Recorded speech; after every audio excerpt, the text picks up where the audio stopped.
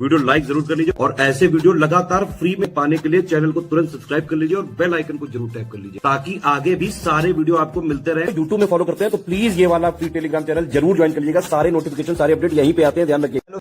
आज की इस क्लास में हम लोग यूपी पीसीएस 2023 में आए हुए सीसेट प्रश्नों को हल करेंगे। यहाँ पर पहला प्रश्न आपके सामने दिया है। प्रश्न क्या पूछा जा रहा है इसमें, निम्नलिखित में से सही विराम चिन्ह से युक्त वाक्य का चुनाव कीजिए। 4 ऑप्शन दिए हैं, ए बी सी डी। इसमें आपको देखना है कि किस विकल्प में सही विराम चिन्ह का प्रयोग किया गया। देखिए, सुनो सुनो वह गा रही, यहाँ पर 2 बार कॉमा का प्रयोग किया गया तो ये गलत हो जाएगा। आगे है राम लक्ष्मण और शत्रुघ्न पधारे हैं। देखिए, राम लक्ष्मण, यहाँ पे विस्मयादिबोधक विराम का प्रयोग हुआ है तो ये गलत हो जाएगा। आगे राम नरेश गोबर गणेश है, ये एकदम सही है ना। आगे जब देखिए ये सही हो गया तो आगे चेक करने की जरूरत नहीं है। आप चेक कर सकते हैं क्या आप हरिद्वार से आ रहे हैं, तो यहाँ पे क्वेश्चन मार्क होना चाहिए था, प्रश्नवाचक चिन्ह, लेकिन यहाँ पे प्रश्नवाचक चिन्ह नहीं है तो ये भी बिल्कुल गलत है। इसका सही आंसर होगा ऑप्शन नंबर सी। दूसरा प्रश्न है, जिलाधिकारी ने सबको उपस्थित रहने का निर्देश दिया है में कौन सा वाच्य। देखिए, वाच्य 2 प्रकार का होता है। अगर वाच्य की बात किया जाए, ये 2 प्रकार का होता है, एक कर्तृवाच्य और दूसरा कर्मवाच्य। जो कर्तृवाच्य होता है इसमें कर्ता प्रधान होता है और जो कर्मवाच्य होता है उसमें कर्म प्रधान होता है। जिलाधिकारी ये कर्ता के स्थान पर प्रयोग किया गया, मतलब ये इसमें कर्ता प्रधान है तो इसमें कर्तृवाच्य होगा, ऑप्शन नंबर बी। तीसरा प्रश्न है, निम्नलिखित वाक्यों में से वह वाक्य चुनिए जिसमें सार्वनामिक विशेषण का प्रयोग किया गया। देखिए, सार्वनामिक विशेषण क्या है, इसके बारे में अगर मैं आपको बताऊं तो सार्वनामिक विशेषण एक ऐसा विशेषण होता है जिसमें सर्वनाम किसी संज्ञा से पहले आता है और उसकी विशेषता बताता है। देखिए, कोई भी सर्वनाम रहेगा वो संज्ञा से पहले आएगा और उसकी विशेषता बताएगा। देखिए, यहाँ पे सर्वनाम है लेकिन इसके बाद में संज्ञा नहीं, मतलब सार्वनामिक विशेषण ऐसे रहेगा, पहले ये संज्ञा है, संज्ञा से पहले कोई सर्वनाम रहेगा और ये सर्वनाम क्या करेगा, इस संज्ञा की विशेषता बताएगा। ठीक, तो देखिए यहाँ पे सर्वनाम है लेकिन संज्ञा नहीं है तो ये गलत हो गया है ना। वहाँ सैकड़ों लोग, देखिए ये आपका क्या है, देखिए यहाँ एक तरीके से मतलब वहाँ है ना, ये आप सर्वनाम इसको मान सकते हैं। ठीक है, मतलब एक जगह के बारे में बता रहा है, लेकिन यहाँ पे ये भी नहीं है। ठीक है, यहाँ पे क्योंकि ये सैकड़ों वर्ड जो है ये खुद ही मतलब क्या है, एक तरीके से नंबर के बारे में बता रहा है। देखिए 5 लीटर, यहाँ पे नंबर आ गया, ये नहीं हो पाएगा है ना। कोई आदमी आ रहा है, देखिए कोई, यहाँ पे सर्वनाम है, आदमी क्या है, संज्ञा है। अब ये जो सर्वनाम है इस आदमी की विशेषता बता रहे हैं तो ऑप्शन नंबर डी इसका बिल्कुल सही होगा। अगले प्रश्न पर आते हैं, अत्यधिक में कौन सी संधि है। देखिए, अत्यधिक में कौन सी संधि, अगर इसकी बात की जाए तो अत्यधिक का अगर संधि विच्छेद करेंगे तो आपको मिलेगा अति प्लस अधिक। यहाँ पर सही ऑप्शन होगा बिल्कुल यड़ संधि। अब मैंने संधि आपको पूरा पढ़ा रखा है। संधि में देखिए, जब कभी भी संधि विच्छेद किया जाता है, बीच में आ, बड़ी ई या बड़ा ऊ ये मात्रा मिलता है तो वहाँ पे दीर्घ स्वर संधि होता है, ए या फिर ओ। अगर ऐसा मात्रा मिलता है तो वहाँ पे आपका गुण संधि होता है। अगर ए या फिर ओ ये मात्रा मिलता है तो वहाँ पे वृद्धि संधि होता है। और इसके बाद ये देखिए आधा अक्षर रहता है, ठीक है, यहाँ पे से त्य है तो यहाँ पे आपका हमेशा यड़ संधि रहता है। ऑप्शन आपका सी सही होगा। अगला प्रश्न है, जिन शब्दों से काम का करना या होना पाया जाता है उसे क्या कहते हैं। देखिए, कार्य का होना पाया जाता है उसे क्रिया कहते हैं, ऑप्शन नंबर सी। अगला प्रश्न है, अनेकार्थी शब्द प्रभाव का इसमें से एक अर्थ नहीं है, वह है। देखिए, प्रभाव की बात करेंगे तो प्रभाव का क्या अर्थ नहीं हो सकता, ये प्रश्न पूछा जा रहा है। देखिए, प्रभाव है आपके पास, मतलब आपके पास सामर्थ्य, ये अर्थ होगा। ठीक, प्रभाव मतलब आपकी महिमा है, आपका प्रभाव है, ये भी सही है। ठीक है, विग्रह, विग्रह का प्रभाव से कोई लेना देना नहीं है, बाकी प्रभाव है मतलब दबाव भी है तो इसका सही ऑप्शन होगा ऑप्शन नंबर सी। प्रभाव का विग्रह से कोई मतलब नहीं होता। चलिए आते हैं अगले प्रश्न पर। अगला प्रश्न आपके सामने ये है, प्रश्न संख्या 7। इनमें से विलोम शब्दों का सही युग्म है। देखिए, आकुंचन, आकुंचन का मतलब होता है सिकुड़ना, प्रसारण का मतलब होता है फैलना, तो ये विलोम युग्म एकदम सही है। ठीक, आगे चेक करते हैं और भी देख लेते हैं। देखिए, अल्पज्ञ, अवज्ञ, अल्पज्ञ और अवज्ञ नहीं होता, ये गलत हो जाएगा। ठीक, सन्मुख, उन्मुख, देखिए ये सन्मुख, ये जो सम्मुख रहता है सम्मुख का उन्मुख होता है तो ये भी गलत हो जाएगा। आगे जंगम, स्थावर, तो देखिए जंगम जो होता है ना, ये स्थावर शब्द देख के याद है, जंगम और स्थावर बना होता है तो स्थावर का चंचल नहीं होगा, स्थावर का जंगम होगा, ये भी गलत हो जाएगा। आते हैं अगले प्रश्न पर। 8वां, निम्न शब्द में से एक शब्द युग्म सरस्वती का पर्यायवाची नहीं है, वो कौन सा है। देखिए, हेम, अब यहाँ पर शुरू से ही पता चल गया, हेम जो होता है, हेम मतलब सोना होता है ना, तो यहाँ पे सरस्वती का पर्यायवाची नहीं रहेगा। तो बाकी आगे के ऑप्शन आप चेक ही नहीं करिए फिर भी चल जाएगा, बाकी आप चेक करना चाहते देख लीजिए। गिरा, बीड़ा पाड़ी, बीड़ा पाड़ी मतलब जिसने हाथ में बीड़ा धारण किया। शारदा, वागीसा, ये भी सरस्वती का पर्यायवाची। भारती और वाड़ी, ये भी सरस्वती का पर्यायवाची है। प्रश्न संख्या 9, निम्नलिखित में से कौन सी लोकोक्ति लाक्षणिक अर्थ सहित सही, मतलब कौन सी लोकोक्ति ऐसी है जो सही है। देखिए, जो बोले जे बोले सो घी को जाए, महाकृपण नहीं है ना, सब टके का खेल है, मतलब पैसा ही सब कुछ करवाता है, ये बिल्कुल सही ऑप्शन है, ऑप्शन नंबर बी। अगला प्रश्न देखिए, प्रश्न संख्या 10 पर आते हैं। प्रश्न संख्या 10 यहाँ पर क्या बोल रहे हैं, इनमें से कौन सा तद्भव शब्द है, मतलब कौन सा शब्द तद्भव। देखिए तद्भव और तत्सम, अगर इसके बारे में बात करें, जो तद्भव होता है, तद्भव कोई भी शब्द जो संस्कृत से उत्पन्न हुआ और उसका स्वरूप बदलते बदलते हिंदी में आया उसको तद्भव कहते हैं, और अगर संस्कृत से डायरेक्ट हिंदी में आ गया तो उसको तत्सम कहते हैं। तो यहाँ पे आक जो है, आक तद्भव शब्द है, बाकी ये सब अंधकार, आषाढ़, अश्रु, ये सब तत्सम शब्द है। अधोलिखित में शुद्ध वर्तनी वाला शब्द है। देखिए शुद्ध वर्तनी कौन सा है, देखिए बारात, बारात नहीं होता है, बारात होता है, ठीक। कालिदास, कालिदास में छोटी की मात्रा रहेगी, ठीक। बाजार, बाजार इसका बिल्कुल सही। बाकी यहाँ पे बाजार में ना देखिए ये जो यहाँ पे नुक्ता लगा है ना, ये नहीं रहेगा, ठीक। तो इसका बिल्कुल सही ऑप्शन है बाजार, है ना। अब यहाँ पर एक पैसेज दिया है, तो पैसेज को पढ़ते हैं। देखिए पैसेज में क्या पूछा जा रहा है, पैसेज को देखते हैं।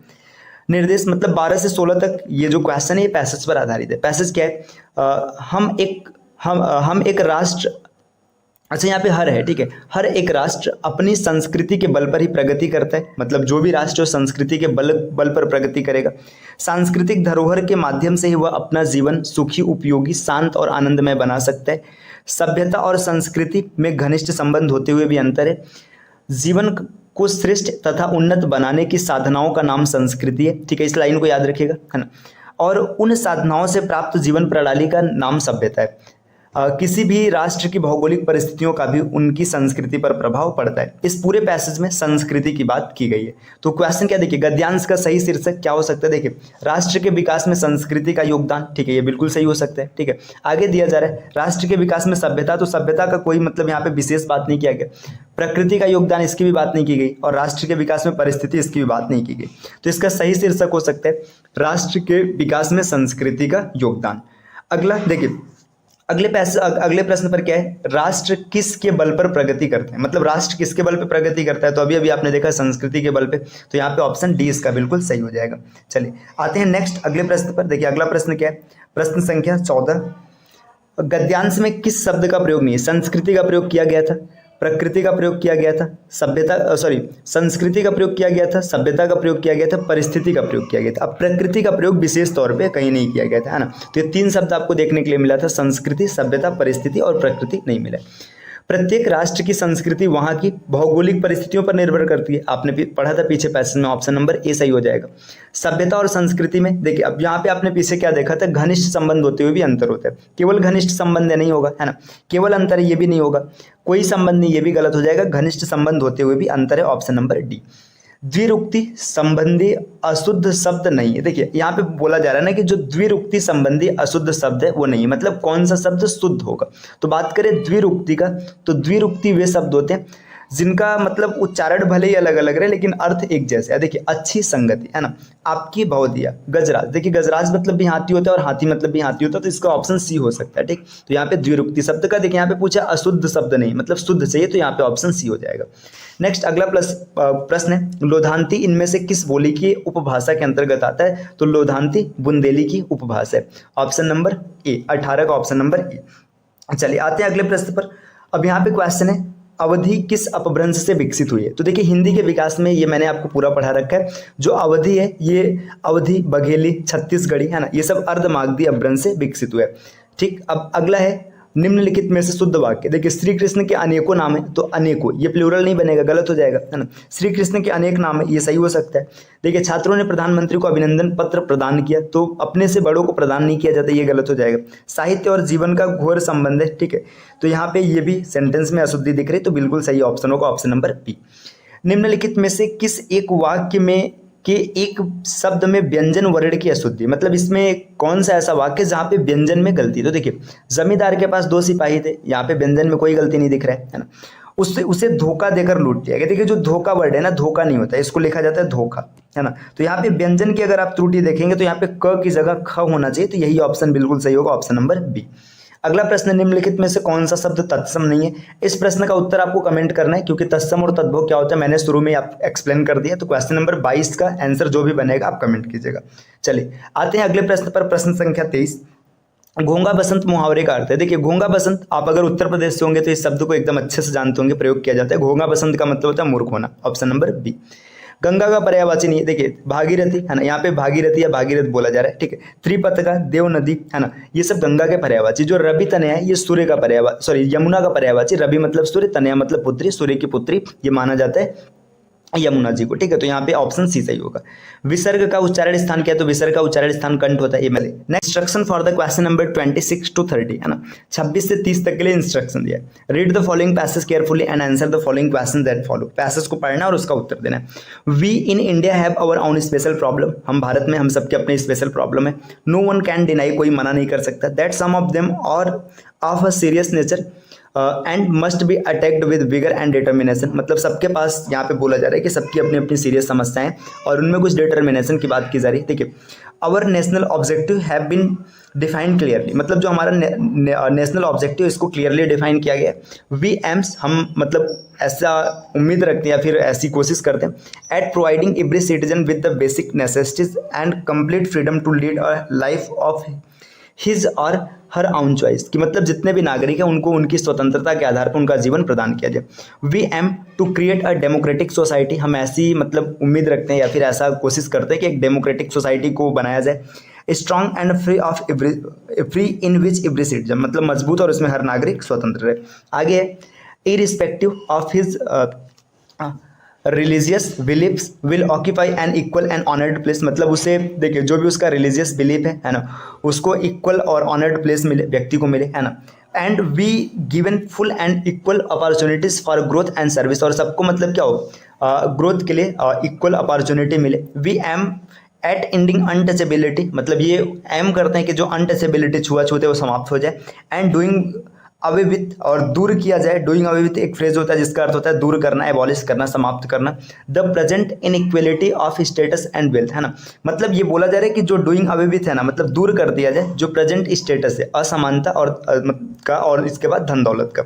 We are opposed to the concentration of wealth in few hands, मतलब हम इस चीज़ का विरोध करते हैं कि कुछ विशेष हाथों में धन संपदा हो, मतलब पावर कुछ विशेष हाथों में। देखिए, in this passage could most probably be a part of, मतलब ये पूरा का पूरा पैसेज किसका पार्ट हो सकता है। तो ये पैसेज पढ़ के आपको पता चल रहा है कि यहाँ पे भाषण जैसे कुछ भावना निकल के आ रहे हैं ना, स्पीच दिया जा रहा है। तो इंडियन कॉन्स्टिट्यूशन में इसका जिक्र नहीं है ना, बुक नहीं हो सकता है ना, पर्सनल लेटर भी नहीं हो सकता, तो यहाँ पे स्पीच हो जाएगा, है ना, स्पीच की सेंस आ रहा है।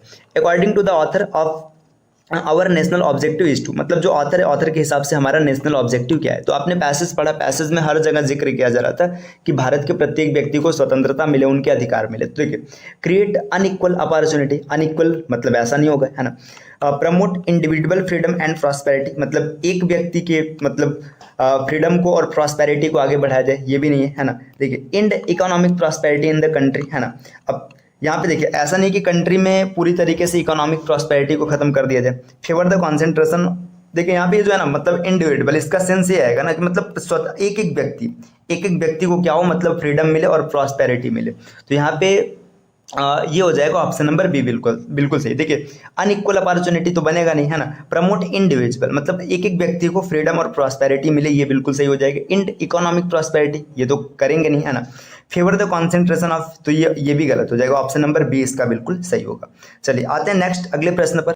आते हैं प्रश्न नंबर 29 पे। क्वेश्चन नंबर 29 क्या है, देखिए, the underline word in the passage vigour mean, है ना। ये जो विगर मीन है इसका मतलब क्या होगा, तो इसका मतलब जो होता है फोर्स होता है, ऑप्शन नंबर बी। अब आगे, what is the synonym of the phrasal verb doing away with. Doing away with passage पढ़ते समय मैंने इसको टिक किया था, है ना, इसका मतलब होता है एबॉलिश करना, ऑप्शन नंबर ए हो जाएगा। आगे है, change the voice and select the correct passive voice from the given option, मतलब इसका वॉइस बदलना है ना, और इसको क्या करना है, मतलब सही से देखना है कि इसमें कौन सा ऑप्शन बिल्कुल सही होगा। समवन गिव हर बुलडॉग, मतलब किसी ने उसे बुलडॉग दिया। देखिए, यहाँ पे क्या हो जाएगा, देखिए ये गिव है, गिव मतलब पास्ट इंडेफिनिट की भावना आप यहाँ पे आ रही है, मतलब ये पास्ट इंडेफिनिट है। तो पास्ट इंडेफिनिट में जब पैसिव में कन्वर्ट किया जाता है तो वो क्या होता है, वाज मिलता है वहाँ पे हेल्पिंग वर्ब। तो पहला ऑप्शन देखो यहाँ पे हो सकता है, अभी आगे देखा जाएगा, है ना। यहाँ पे देखिए दूसरा भी हो सकता है। देखिए, बाकी ये तीसरा और चौथा ये तो यहाँ से कैंसिल हो गया। क्यों कैंसिल हो गया, क्योंकि यहाँ पे आपको वाज नहीं दिख रहा है, ठीक। She was given a bulldog, ठीक है, ये भी अभी होल्ड करते हैं। आगे, a bulldog was given to her, तो देखिए सी वाज गिवन, यहाँ पे अब इसका मतलब वो नहीं है, ठीक है। A bulldog was given to her, ये इसका बिल्कुल सही ऑप्शन होगा, आंसर ऑप्शन नंबर बी। अगले प्रश्न पर आते हैं। अगला प्रश्न है fill in the blank with the appropriate word given below. मतलब जो नीचे डेटा दिया इससे आपको क्या करना है, ऑप्शन को भरना है। तो देखिए यहाँ पे इसमें ब्लैंक को भरना है। देखिए द एयर इंडिया है ना, कंसेंशियल टिकट्स दीज डेज। देखिए जहाँ पे एयर इंडिया की बात हो रही है और दीज डेज मतलब काम अभी भी चल रहा है। जब काम चल रहा है तो इशूड नहीं होगा, है ना। इसके बाद इशूसेस भी नहीं होगा, है ना, ये भी नहीं होगा। तो इज इशूइंग मतलब एयर इंडिया इस समय इशू कर रहा है कंसेशनल टिकट दीज डेज, मतलब इन दिनों। ऑप्शन नंबर ए इसका बिल्कुल सही होगा। चलिए आते हैं अगले अगले प्रश्न पर। अगला प्रश्न यहाँ पर क्या दिया है, क्वेश्चन नंबर 33, है ना। क्वेश्चन 33 है transform the following simple sentence into complex sentence, है ना। मतलब इस सिंपल सेंटेंस को कॉम्प्लेक्स सेंटेंस में बदलना है। ही एडमिटेड हिज मिस्टेक, ठीक है। ही मतलब उसने एडमिटेड मतलब स्वीकार कर लिया, हिज मिस्टेक, ठीक है। तो इसका जो कॉम्प्लेक्स रूप होगा ये ऐसा होगा कि उसने मान लिया कि उसने गलती किया था। देखिए he admitted that he was mistaken ऐसा नहीं होगा, ठीक है। आगे देखिए he admitted to making a mistake, ये भी नहीं होगा। आगे he admitted that he was making a mistake, ये भी गलत हो जाएगा। तो यहाँ पे ऑप्शन नंबर डी बिल्कुल सही हो जाएगा। ही admitted that he had made a mistake, मतलब उसने स्वीकार कर लिया कि उसने एक गलती किया था। आगे select the correct indirect speech. अब आपको इनडायरेक्ट चूज करना है। I said to him let's go out for a walk. ये इसका इनडायरेक्ट क्या होगा आपको कमेंट करना है। चलिए आते हैं अगले स्लाइड पर। अगला स्लाइड यहाँ पे मतलब ये जो अगला क्वेश्चन है, देखिए क्वेश्चन क्या दिया है, रुकिए ये क्या हो रहा है। चलिए अगला प्रश्न आपका यहाँ पर दिया which of the following is correctly punctuated. मतलब कौन सा ऐसा सेंटेंस है जिसमें सही से पंक्चुएशन का यूज किया गया, मतलब जो भी विराम चिन्ह है इसका बिल्कुल सही यूज है। देखिए what a beautiful painting did you paint it, ठीक है। अब यहाँ पे देखिए अगर आप इसको एक्सक्लामेशन के तौर पे लेंगे, देखिए पहले तो दो तरीके से सही हो सकता है। या तो यहाँ पे क्वेश्चन मार्क आना चाहिए या तो बीच में कहीं एक्सक्लामेटरी मार्क आना चाहिए, जिसमें से कुछ नहीं तो ये गलत हो जाएगा। आगे what a beautiful painting did you paint it, है ना, एक्सक्लामेशन मार्क है ना, ब्यूटीफुल पेंटिंग यहीं पर आना चाहिए था, ये भी गलत हो जाएगा। आगे है what a beautiful painting did you paint it, ये भी गलत हो जाएगा। ये इसका बिल्कुल सही ऑप्शन है, ऑप्शन नंबर डी। चलिए आगे है choose the correct word which is opposite to the meaning of the given word. Recede, है ना। रिसीड का मतलब होता है एक तरीके से पीछे हटना, है ना। मतलब रिसीड का मतलब होता है पीछे हटना। तो एडवांस का मतलब क्या हो जाएगा, आगे बढ़ना, है ना, फॉरवर्ड होना, ठीक है। तो ये इसका बिल्कुल सही ऑप्शन हो जाएगा, ऑप्शन नंबर ए, ठीक। अगला प्रश्न आपके सामने है find out the miss spelled word, है मतलब कौन सा ऐसा वर्ड है जिसमें मीनिंग गलत है। तो देखिए सीज बिल्कुल सही मीनिंग है ना। डिसीव DECIEVE, है ना। देखिए डिसीव की जो मीनिंग है ना, डिसीव की मीनिंग DE, है ना, CIEVE, है ना, ये भी बिल्कुल सही दिख रहा है। डिसीव मतलब धोखा देना। बिलीव ये भी सही दिख रहा है ना। रेन का मतलब होता है साम्राज्य, जिसमें सभी ऑप्शन बिल्कुल सही दिख रहे हैं ना।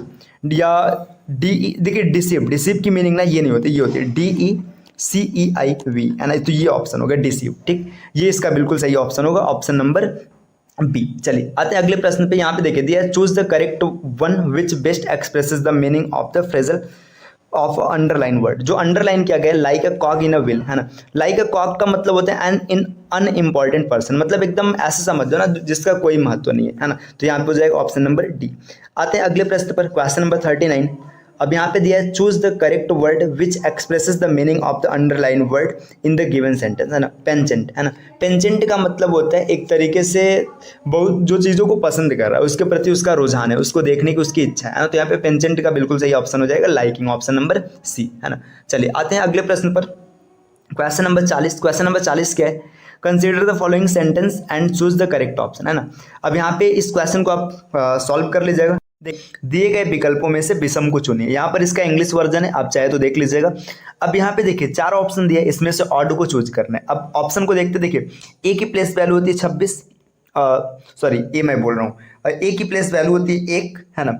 एक्स की प्लेस वैल्यू जो होती है ये होती है 24, है ना। सी की प्लेस वैल्यू 3 होती है और जेड की प्लेस वैल्यू 26 होती है, ठीक। इस तरीके से यहाँ पे देखेंगे जे की प्लेस वैल्यू है 10, ओ की है 15, के की बात करेंगे 11 और क्यू की जो प्लेस वैल्यू है ये आपका होता है क्यू का 17, ठीक।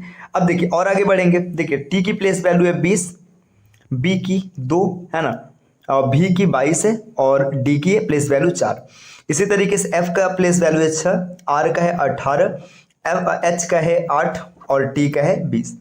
अब देखिए चारों ऑप्शन को अगर ध्यान से देखेंगे, देखिए एक में 2 जुड़ा 3 आ गया, है ना, 24 में 2 जुड़ा 26 आ गया। 10 में 1 जुड़ा है और यहाँ पर फिर से 2 जुड़ा है। वापस से देखिए 2 जुड़ा है, 1 जुड़ा है और फिर यहाँ पे 2 और 1 ऐड है। तो यहाँ पे आप देखेंगे ना तो हर जगह सभी में 2 ऐड हो रहा है, लेकिन यहाँ पे 1 ऐड हुआ है। तो ऑप्शन नंबर बी इसका बिल्कुल सही हो जाएगा। यहाँ पे इसका बिल्कुल सही आंसर ऑप्शन नंबर बी।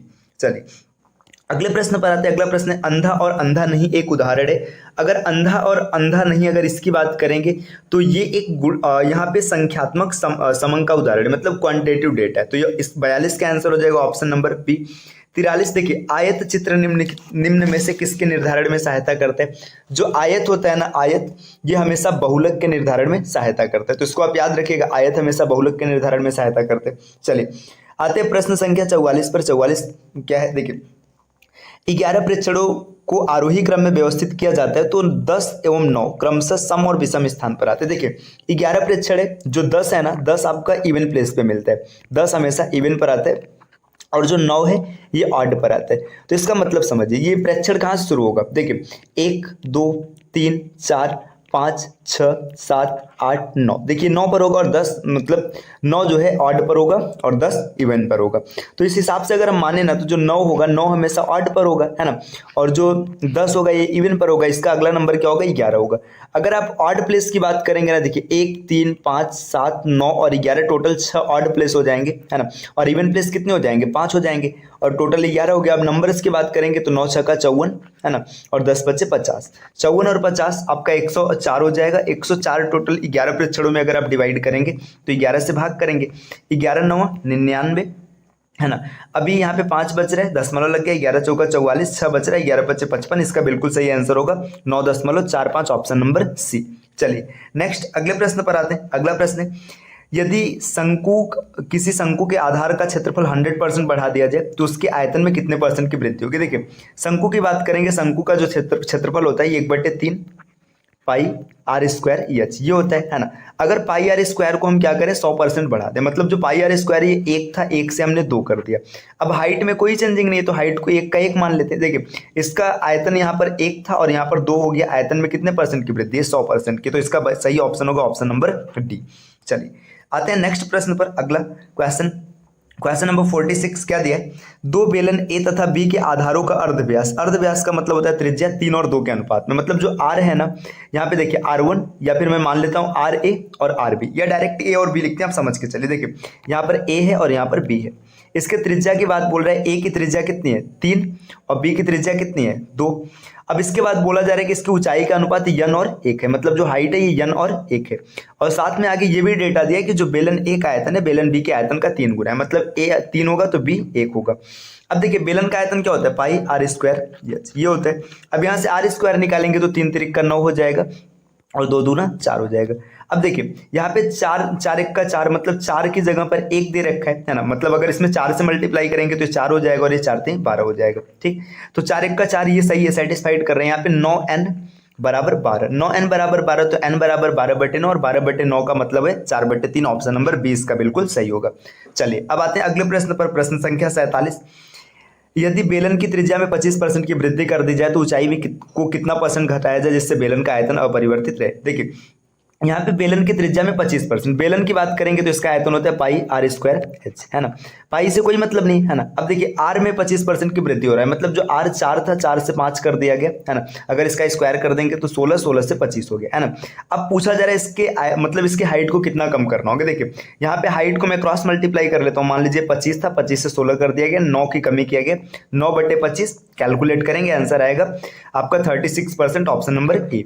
चलिए अगले प्रश्न पर आते हैं। अगला प्रश्न ये कि यदि किसी 3 अंकों वाली प्राकृतिक संख्या के वर्गमूल व घनमूल दोनों ही प्राकृतिक संख्याओं के समुच्चय के सदस्य, देखिए समुच्चय के सदस्य मतलब अब यहाँ पे आप क्या कर सकते हैं, देखिए आपको ना कोई ऐसा नंबर फाइंड आउट करना है जिसका क्यूब और स्क्वायर दोनों भी आपको इस डेटा में मिल जाए। तो 729 है ना, 729 को अगर आप देखेंगे तो यहाँ पे देखिए ये क्या होता है, 9 का क्यूब होता है ना, और 27 का स्क्वायर होता है। तो आप इसको जब ऐड करेंगे ना तो आपको मिल जाएगा 7 2 9 और 9 18, ऑप्शन नंबर सी इसका बिल्कुल सही होगा।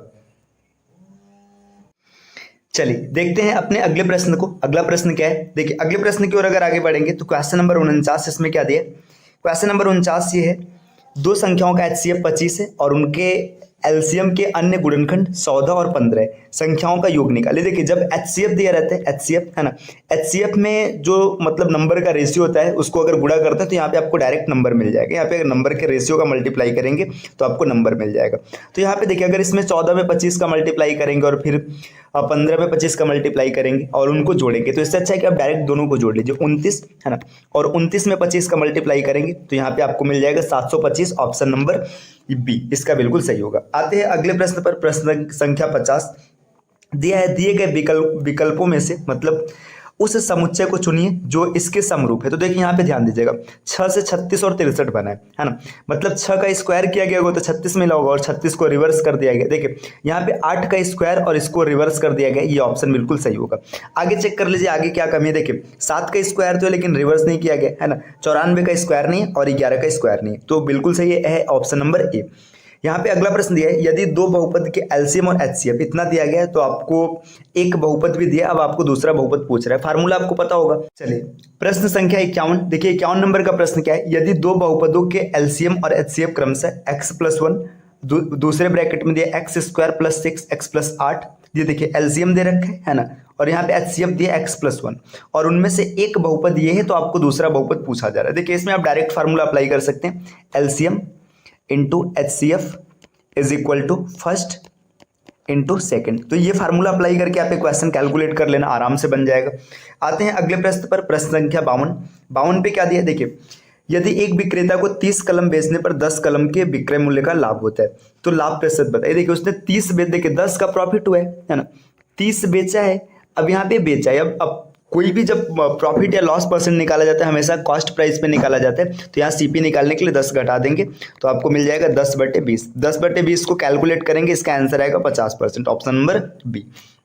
क्वेश्चन नंबर 53 देखते हैं। देखिए 53 नंबर का क्वेश्चन क्या है, यदि दो कुत्ते एक 7 मीटर व्यास वाले वृत्ताकार पथ पर विपरीत दिशाओं में इस स्पीड से मतलब यहाँ पे स्पीड दिया, एक कुत्ते का 2.5 मीटर प्रति सेकंड और दूसरे का 3 मीटर प्रति सेकंड की गति से दौड़ना आरंभ करते हैं तो आपस में अधिकतम दूरी पर होने में उन्हें कितना समय लगेगा। देखिए 7 मीटर व्यास है, ठीक, यहाँ पे चलिए देखिए मान लीजिए ऐसे मैंने एक सर्कल ड्रॉ कर लिया है ना, इसका व्यास है 7 मीटर, ठीक, यहाँ से लेकर यहाँ तक, ठीक, ये 7 मीटर व्यास है ना।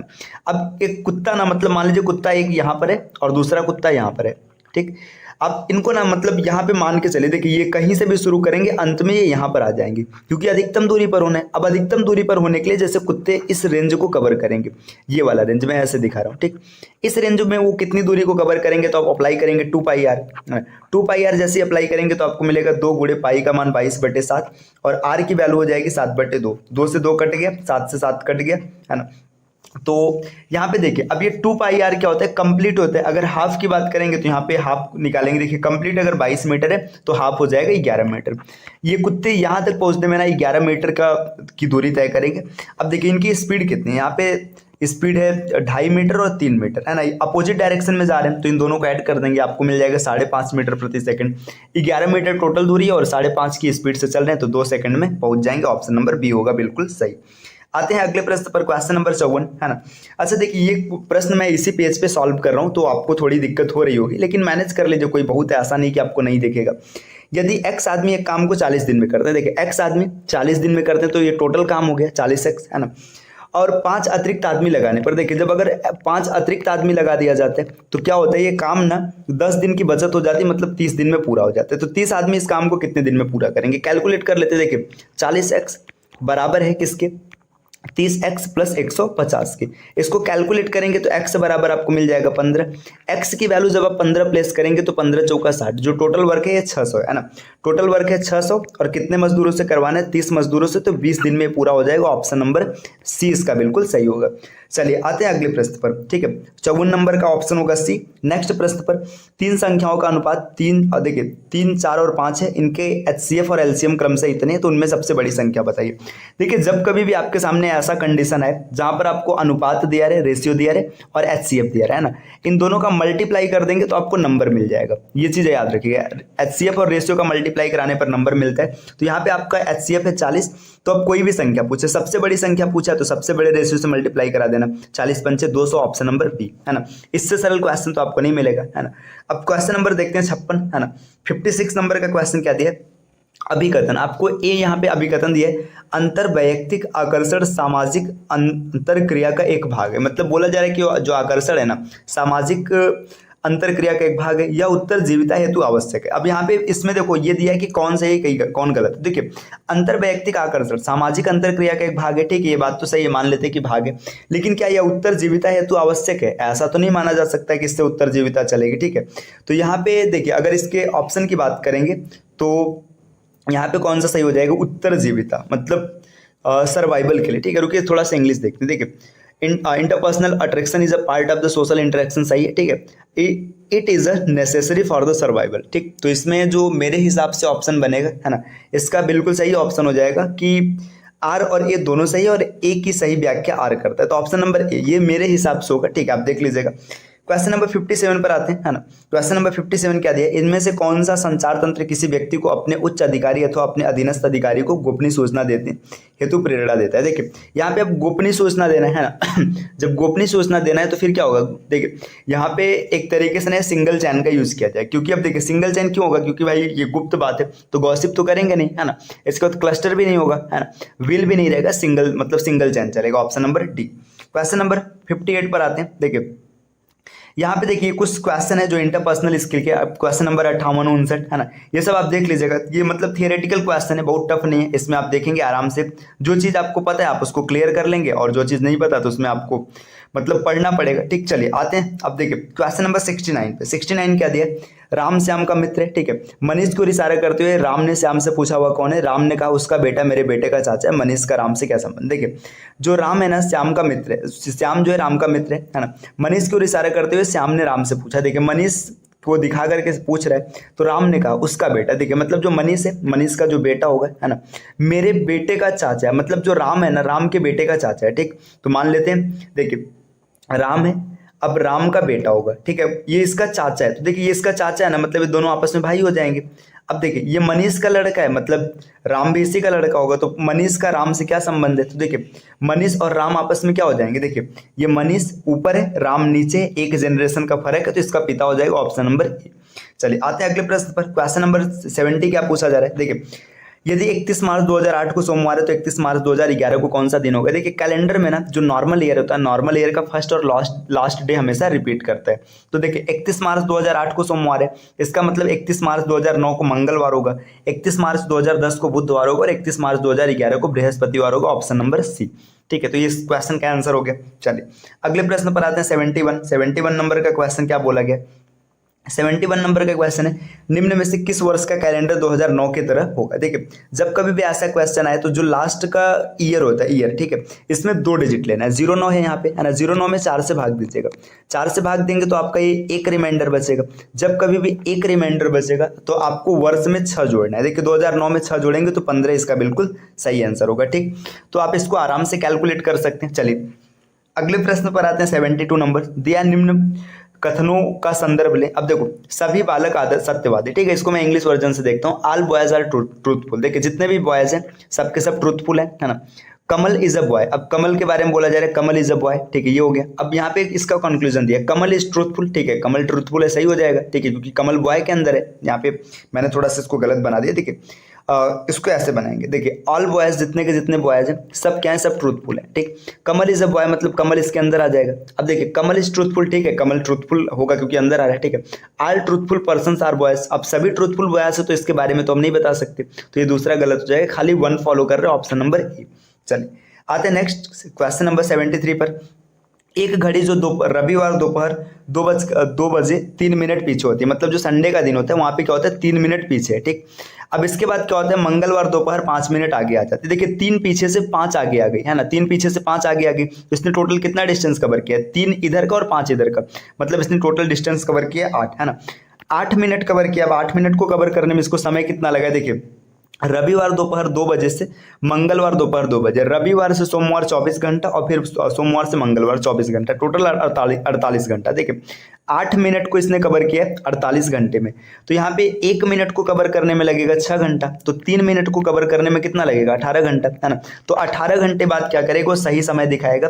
तो 2 बजे से आप 18 घंटे बाद आएंगे। देखिए 2 बजे से 18 घंटे बाद जब आएंगे, रविवार दोपहर 2 बज रहा है ना। इसका मतलब है कि सोमवार, अगले दिन जब सोमवार होगा तो सोमवार को भोर में 2 बजे, मतलब रात को 2 बजे बोल लीजिए, है ना। इसके बाद फिर वहां से अब 6 घंटा और आगे आएंगे, है ना, क्योंकि अब 12 घंटा है, 6 घंटा जब और आगे आएंगे तो सोमवार को सुबह 8 बजे, है ना।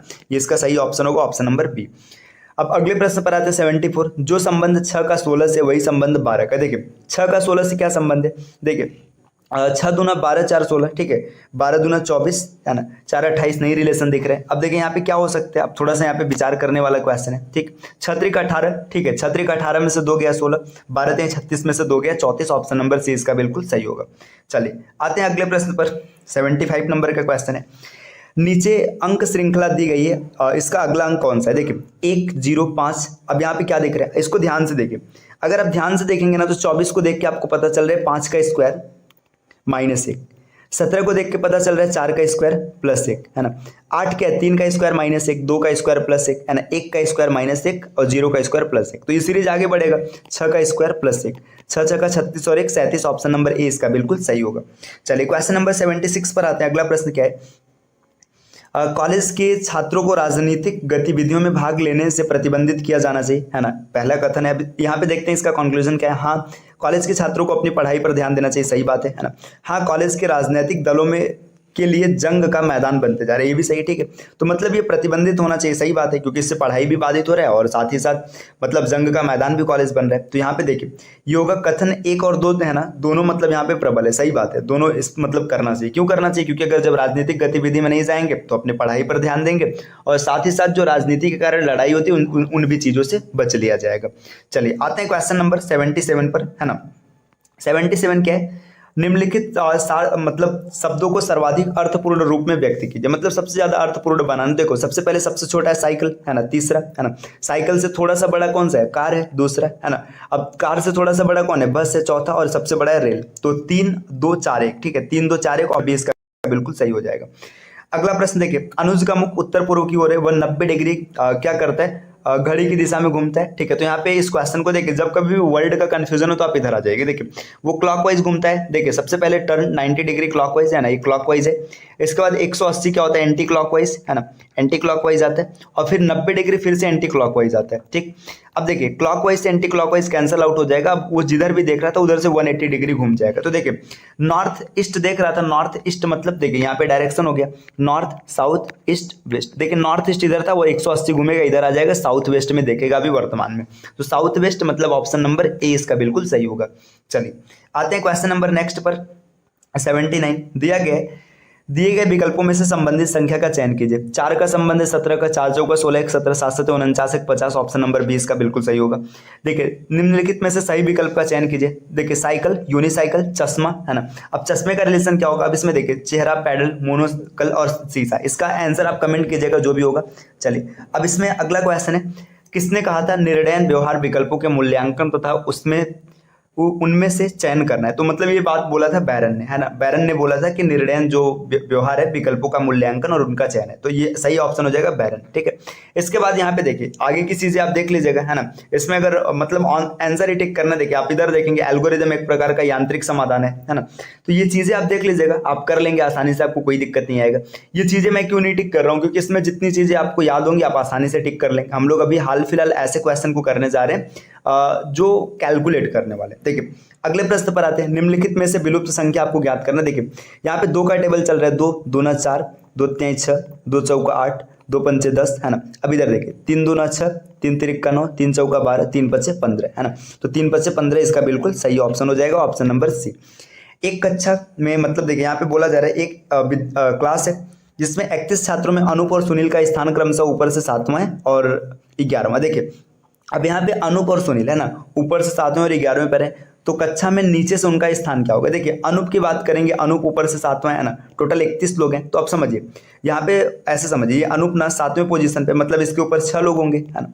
अब टोटल क्लास में 31 लोग हैं, 31 लोग हैं, तो यहाँ पे इसके नीचे 24 लोग होंगे, 24 36 और एक ये खुद होगा, 31 हो जाएगा। तो नीचे से अगर कैलकुलेट करेंगे तो 25वें स्थान पे आएगा, आपको 1 मिल गया, बाकी आगे कैलकुलेट करने की जरूरत ही नहीं है ना, क्योंकि यहाँ पे देखिए सभी 25 और कहीं पर नहीं है, ठीक। तो ऑप्शन नंबर सी इसका बिल्कुल सही होगा। चलिए आते हैं अगले प्रश्न पर, क्वेश्चन नंबर 93 क्या दिया, क्यू एन ई के आपको विलुप्त नंबर बताना। देखिए क्यू की प्लेस वैल्यू 17, है ना, एन की प्लेस वैल्यू है 14, ई के की प्लेस वैल्यू है 11 है ना, ई की प्लेस वैल्यू है 5। अब आपको दिख गया होगा 3 3 का गैप है, -3 फिर -3 और यहाँ पे 8 आ जाएगा, 8 में से 3 गया 5 है ना। तो 8 किसका स्थान होता है, 8 की बात करेंगे तो 8 होता है H, option number B.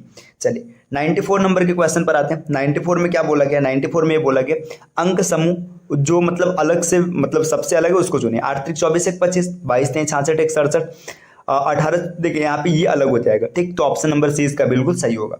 Next question number 95 पर आते हैं। 95 क्या दिया गया, ए तथा बी क्रमशः भाई और बहन है, ठीक है। ए और बी भाई भाई बहन है। देखिए यहाँ पे इसको ड्रॉ कर लेते हैं। जो ए है, देखिए ए और बी ये भाई बहन है, ठीक। सी ए का पिता है, जो सी है ये ए का पिता है, ठीक है, यहाँ पे ड्रॉ हो गया। डी ए की बहन है, जो डी है ना ये ए की बहन है। आगे क्या बोला जा रहा है, ई जो है डी की माँ है, ई डी की माँ है, मतलब ई सी की पत्नी हो जाएगी। बी ई से किस प्रकार, फिर आगे क्या दिया है, बी ई से किस प्रकार संबंधित है। देखिए बी और ई का रिलेशन कैसा हो जाएगा, तो देखिए बी यहाँ पे क्या हो जाएगी, देखिए या तो लड़का होगा या तो लड़की होगी, लेकिन यहाँ पे ऑप्शन देखेंगे तो खाली एक दिया है, बेटी दिया, तो बेटी सही कर लेंगे, ऑप्शन नंबर डी। चलिए आते हैं नेक्स्ट प्रश्न पर। अगला प्रश्न क्या दिया गया, अगला प्रश्न यहाँ पर कुछ ऐसा है। देखिए प्रश्न यहाँ पर दिया गया कि किसी कोड भाषा में एलसी को 6 लिखा जाता है, टी को 10 लिखा जाता है, तो उसी कोड भाषा में पीडी को क्या लिखा जाए। देखिए एल का प्लेस वैल्यू होता है 12 और सी का होता है 3, तो आप दोनों तरीके से देख सकते हैं। 12 का आधा 6 या 3 का मतलब डबल 6। टी मतलब 20 होता है, 20 का आधा 10 हो जाएगा। ई मतलब 5 होता है, 5 का डबल 10 मतलब 10 हो जाएगा। आप यहाँ से अब देखिए डी मतलब 4 होता है तो 4 का डबल 8 हो जाएगा। पी मतलब 16 होता है तो आप ऐसे भी निकाल सकते हैं। चलिए नेक्स्ट क्वेश्चन नंबर 97 पर आते हैं। 97 में क्या दिया गया, 140 मीटर लंबी रेलगाड़ी 60 किमी प्रति घंटे की चाल से जा रही, एक बिल्ली उसी दिशा में मतलब जिधर रेलगाड़ी जा रही के समांतर 18 किमी प्रति घंटे की चाल से दौड़ रही है, तो रेलगाड़ी बिल्ली को पार कर लेगी। देखिए यहाँ पे रेलगाड़ी 140 मीटर है ना, बिल्ली में लंबाई नहीं तो लंबाई हो जाएगा 140 है ना। रेलगाड़ी को यही क्रॉस करना है, मतलब इतना ही पार करना है, तो 60 माइनस 18, क्योंकि एक ही डायरेक्शन में होता है तो माइनस कर लेते हैं। अब यहाँ पे इस किमी प्रति घंटा को मीटर पर सेकंड में बदलने के लिए 5 और बटे 18 कैलकुलेट करेंगे, 140 है ना, और बटे में ये यहाँ पे बचेगा 42 और गुणे में 5 और ऊपर आपका 18। देखिए अब 6 से कटा, 6 त्रिक 18, 6 सत्ते 42, 7 पचे 35, यहाँ पे 4 बार में कट जाएगा तो आंसर आ जाएगा 12 सेकंड, ऑप्शन नंबर सी। चलिए नेक्स्ट अगले प्रश्न पर आते हैं। अगला प्रश्न ए बी सी को 6 लिखा गया, ई एफ जी को 210 लिखा गया, आई जे के को क्या लिखेगा। अब साफ साफ पता चल रहा है मल्टीप्लीकेशन होगा, क्योंकि अल्फाबेट्स को 3 अक्षर को जोड़ के ना कहीं से भी 210 तक नहीं पहुंचा जा सकता। तो देखिए ए की प्लेस वैल्यू 1, बी का 2 और सी का 3, इसको मल्टीप्लाई किया गया। ई का है 5, एफ का है 6 और जी का है 7 है ना। और देखिए 7 छंग 42 पंचे 210, तो आई का हो जाएगा 9, जे का हो जाएगा 10 और के का हो जाएगा 11। देखिए 11 9 99 और 10 से गुणा कराएंगे 990, ऑप्शन नंबर सी बिल्कुल सही होगा।